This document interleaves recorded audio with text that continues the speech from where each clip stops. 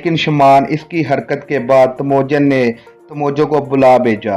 इससे कहा, आज तिंगरी और तुम मेरे यूरत में आओगे, जैसा तेरा जी चाहे इसके साथ वैसा सलूक करना। इसकी अपनी हैसियत इस झगड़े में बड़ी नाजुक थी।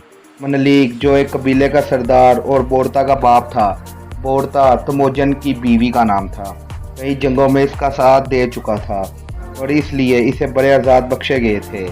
तब तिंगरी खुद शमान था, मुस्तकबिल का हाल जानता था, वो साहर था।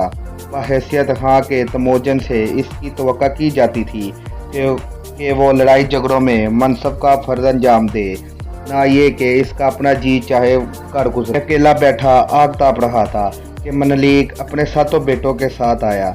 इसने इन्हें मरहबा किया और वो इसके सीधे हाथ की तरफ बैठ गए और ऐन इसी वक्त तमोजो अंदर दाखिल हुआ।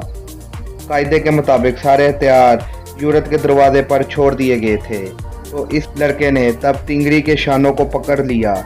कल तूने मुझे अपने सामने बेजानो होने पर मजबूर किया, लेकिन आज मैं तुझसे ताकत आजमाई करूँगा।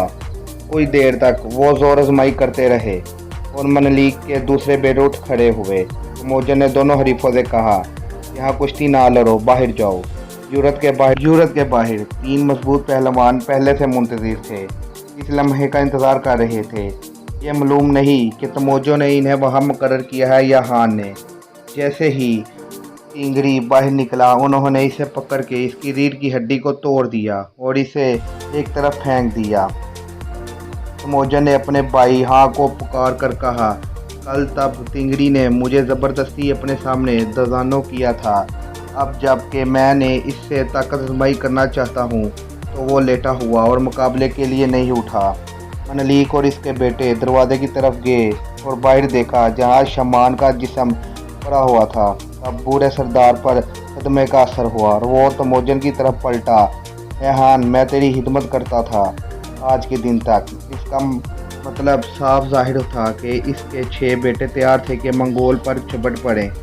तमोजन उठकर खड़ा हो गया और इसके पास कोई हथियार ना था और इस दरवाजे के यूरत से बाहर निकलने का कोई रास्ता भी ना था। बजाय इसके कि वो मदद के लिए किसी को पुकार, इस खिलाफ तवक्को हुक्म पर हैरत से वो हट गए और वो हमें से बाहर अपने जंगजू संतरियों के पास जा पहुंचा। अभी तक तो ये एक मामूली सा वाक़या था और ऐसे किस्से इस सुरख बालों वाले हाँ के अतराफ आए दिन पेश आते रहते थे, लेकिन इसकी ख्वाहिश ये थी कि मनलीक के कबीले से खून की दुश्मनी ना पैदा हो पाए।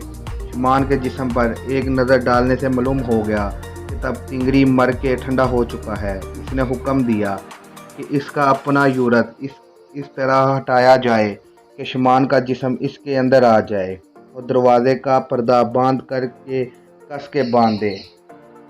रात आई तो तमोजन ने अपने 2 आदमियों को भेजा कि पुजारी जादूगर की लाश को खेमे के 2 कश से निकाल ले जाए। दूसरे दिन जब अरूद के आदमियों को तशवीश हुई कि जादूगर का क्या हशर हुआ, तो तमोजन ने दरवाजे का पर्दा खोल दिया और इन्हें आगाह किया। तब तंगड़ी मेरे भाइयों के खिलाफ साजिशों करता था और इन्हें ज़दोकोब करता था। अब आसमान की रूहें, इसकी रूह और जिस्म में इसने मनलीक को संजीदगी से समझाया, तूने अपने बेटे को अतायत करना नहीं सिखाया।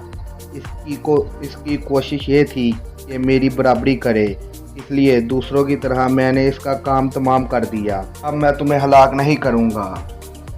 इसलिए इस किस्से को इधर ही हटाए। गोभी की कबायली लड़ाइयाँ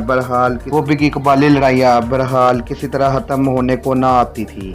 बड़े बड़े कबीले बेरियों की तरह लड़ते और एक दूसरे का पीछा करते और एक दूसरे का शिकार करते। अगरचे मंगोलों का शुमार अभी तक कमज़ोर कबीलों में था, मगर अब 1 लाख अहमद हाँ के झंडे तले जमा थे। चालाकी से वो एक दूसरे की हिफाजत करता। अपनी खौफनाक शुजाअत से वो अपने जंगजुओं की हिम्मत बढ़ाता। बजाय चंद ख़ानदानों के अब एक पूरी कौम की हिफाजत का बोझ इसके कंधों पर था। अब वो रातों को आराम की नींद सोता।